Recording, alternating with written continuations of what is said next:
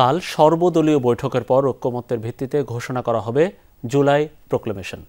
দেশের জন্য গুরুত্বপূর্ণ এই দলিল নিখুঁত করতেই এটি ঘোষণায় বিলম্ব হয়েছে। একথা জানিয়ে প্রধান উপদেষ্টার প্রেস সচিব শফিকুল আলমের আশা, তৈরি হওয়ার পর এই ঘোষণাপত্র সবার প্রত্যাশা পূরণ করবে।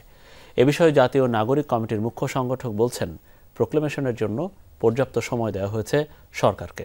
2024 সালের 31 ডিসেম্বর বছরের শেষ দিনে কেন্দ্রীয় শহীদ মিনারে লাখো ছাত্র জনতার সমাবেশে জুলাই প্রোক্লেমেশন ঘোষণার জন্য অন্তর্বর্তী সরকারকে 15 দিন সময় বেঁধে দেয় বৈষম্য বিরোধী ছাত্র আন্দোলন ও জাতীয় নাগরিক কমিটি।